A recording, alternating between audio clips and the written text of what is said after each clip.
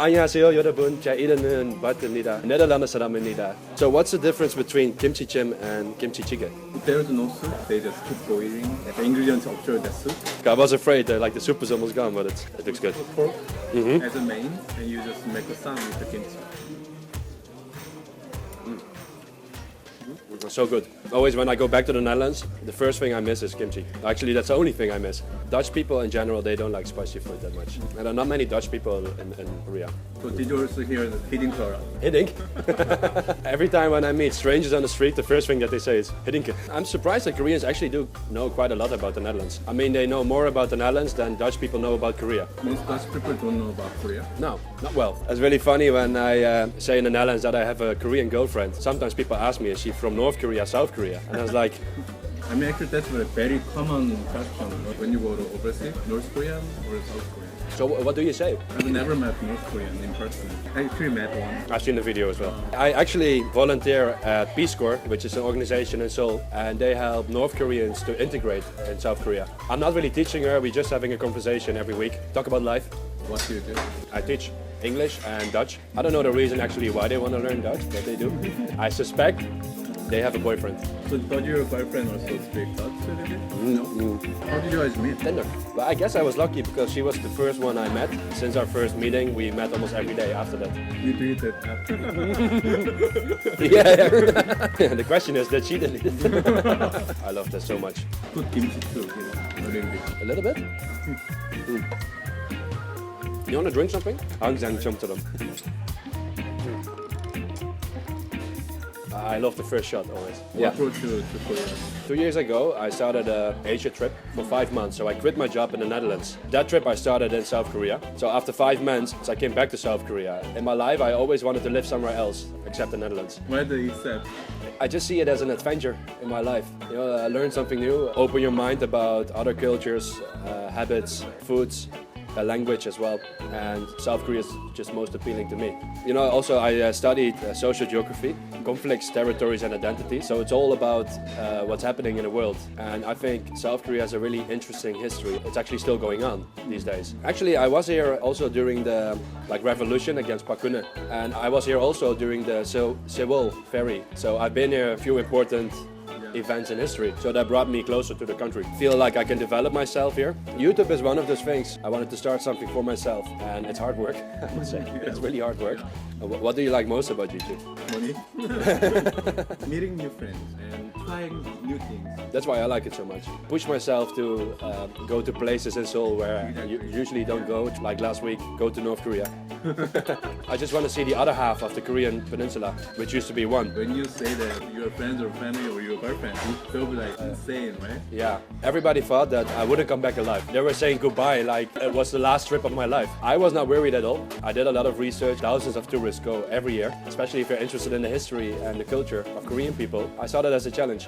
It was the weirdest experience I ever had in my life. So once you enter, it feels like you are in a big bubble and you're flying through the country. You can reach out of the bubble with your arm, and some people can go into the bubble with their arm, and that's it. So basically they only show you what they want you to see, which is not a lot. So my personal agenda was to try to communicate with as many North Koreans as possible. A lot of times here, like, oh, why do you go to North Korea? And to me, that's a bullshit question, because why do you go to Iran? Why do you go to America? They all dangerous countries, all invest money in military, even South Korea. I mean, why do people go to Panmunjom in South Korea? Funny thing is, it didn't feel dangerous at all. So if I can give them an opportunity to have some interaction, then that makes me happy, and then hopefully it makes them happy. I mean, my Korean is not really good, but it's basic enough to have small conversations. So it's like tour, you are just following the schedule. The moment you enter North Korea, there are 2 North Korean tour guides with you all the time. The moment you leave the hotel, you're not alone. So, and I've been thinking about the story Otto Warmbier, the American guy that got arrested. So I was in the same hotel the first night. Yeah, that gave me a strange feeling.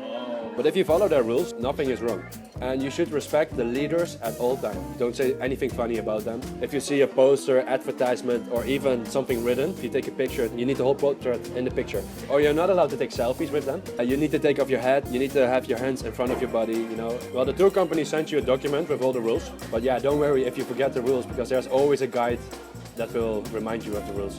I will study it all night. If you fail, you die. But there was one moment I was afraid a little bit. So we were in Sadi 1. The group was split in two. So one went up into the mountain for the view, and the other ones, they could walk around the bus a little bit. I grabbed my opportunity and I just walked on the lake, which was frozen, and all the children were ice skating there. And I tried to talk to the children, and my guide didn't see that. From the moment I touched the ice, there were two North Korean men following me for almost 1 hour, and they were sending away all the children that I wanted to talk to. Imagine like a whole ice lake, and there are so many people on the ice, but around me there's like a 10-meter circle just empty, because he was sending away people. Eventually my guide came. I told him like, I want to talk to the children. He said, yes, that's fine, like only the really young ones. So eventually I could talk to one young girl, but that was a weird experience. I've actually something to show you. So this is a North Korean newspaper, and I bought this one because it has Moon Jae-in and Kim Jong-un. It's yours. Oh, really? Yeah, it's a gift. I've seen like 4 different newspapers. They were all with Moon Jae-in on the front page. Would you like souvenir? You can actually. You can buy it. So I'm not. No. You're fine. You're fine. It feels like you're giving me like bomb. And you see the way they fold it? So they fold it in a way that they don't fold the face. Wow, it's interesting. Yeah. Maybe like when our relationship was bad, they would fold our part. Bakuna's face. You have the moment when you actually decided to go. When was it? Beginning of December. My father went through like a hard time. One of his friends died. One of his brother-in-laws also died in the same week. My father is already like aging. He's getting older, and I'm living in South Korea. And I know he's also interested in North Korea. So I thought this is like an opportunity for us to do something together, which we will never forget. That was the moment that I said to myself, okay, I'm going to book the tour. I don't care if he wants to go with me or not. And I told him, okay, I booked the tour. What a good song. So that's how it went. Korea knows I'm super interested in this, so she supports me always. Until the moment I almost like had to go to China, she realized that, oh shit, he's really going to North Korea. And I have to spend New Year's Eve alone. So at least I spent New Year's Eve together with my father. Was there like a festival or event for that? Crazy. We went to Kim Il-sung Square, where all the, the military parades are, waving. Like that. Exactly. So we were standing there in the middle between 100,000 North Koreans, and there was a concert, Moran Bong Band. So those girls are personally chosen by Kim Jong-un. And the fireworks were amazing, and they had a drone show, and they were forming the words "Sehe Chukamnida." And the drones were moving in 3D in the air. I was crazy. I've never seen something like that before. Did you take a video? Everything. I filmed everything. So you're allowed to film? You're allowed to film, except for military. You're not allowed to film military. Never. In the military everywhere? They are everywhere, so you have to be really careful. So you're also not allowed to film construction works, because construction works are managed by the military. It sounds like they want to show the perfect part. Yeah, exactly. If you're sitting in a bus, if you're sitting in a train, instead of listening to the guide, make sure you just look out of the window, because there's so many things to see. It doesn't look pretty always. It's just a really poor country. Probably the poorest country I've ever seen. Like in the train, at some point it became dark. You didn't see any light, nowhere. And that was really like shocking to see almost. And then you enter Pyongyang and you see these massive buildings, you see a lot of neon lights, of propaganda. We are on a tour, so when we eat something, of course they give us the best they have. Naengmyeon? I tried the naengmyeon. It was actually really good. But usually I don't eat naengmyeon in South Korea. So the naengmyeon was good. Did they force you to say that? When you go back to Korea, you have to say naengmyeon was art. No, you're not supposed to say that. But there was one thing, one of the guys told me at the end, please tell your girlfriend how nice is North Korea. That was weird. No matter how bad it is, it's still your motherland. You're born there, you have your family there. I think there's a weird combination of people that are truly believing in the Juche system and the people that want to go out. So what I understood, they also have a travel restriction from city to city without permission from the government. So there's no way the people can organize themselves. Everywhere there are checkpoints. There's military everywhere. So I've been to Pyongyang, Gyeongsang, Sariwon, Panmunjom, and Nampo. Did your dad like it? Yeah. He really likes it. He was really impressed. He's been in the time of the Cold War in Europe. He's been also to the Soviet, East Germany or the Russian side. He was or used to be a history teacher. In general, he's just interested in these kind of It's like things. Spirit Street for me. It is. But day one is about how I get from South Korea to North Korea. Super weird because I'm living in Seoul. Pyongyang is basically just a few hours away. I have to go to Beijing first, then take a train to Dandong, then take another train to Pyongyang. Altogether it takes almost 30 hours. You want to have another soju? Oh, why don't we drink this? Oh yeah, let's drink that, yeah. You brought this North Korean soup. What's Soju. It has some flavor. totally. The sojus are stronger, it's 25%. Chan. Oh, it's not too strong. When I smelled it, it was like the 고량주. When I drank it, very strong, but still very simple. Yeah, exactly. So how much was it? Some back one. So $1 was Mandu one. This is the last thing. So all North Koreans, they wear a badge, original one. Not the fake one. Just gift?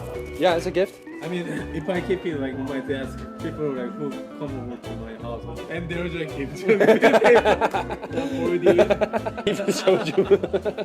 One of the things I really like that I bought one map of Korea, and their version of the map, they don't draw the DMZ, the border, so it's just one Korea. What's the biggest thing you felt from that trip? Honestly, I think reunification is going to be difficult to almost impossible. The two countries have grown too much apart. Only one thing that they have in common still is people. When I lived in the Netherlands and I heard about North Korea, I always thought about crazy people, brainwashed, just following everything that the government tells them to do. But they are just people. They have to survive. They have to live their life. Have to go to work. Have to make children, marry. They like noraebang. They like soju. They like dancing. They are just people. That's what I got from the whole trip. How could you put one word? Hope. Yeah. Hope. When I'm in South Korea, I have hope for reunification or open border. When I was in North Korea, I had a feeling of hope for the people. They deserve it. It's not their fault. Yeah. So the reason why I want to make these vlogs is I think I can give some understandable perspective and respectful perspective because I live in South Korea. Sounds weird. Foreigner on a show, South Korean, North Korean. Yeah, I know it cannot sounds see weird. in person. If you are interested in my tour, my trip to North Korea, then please visit my YouTube channel, iGoBart. Make sure you check it out. 안녕.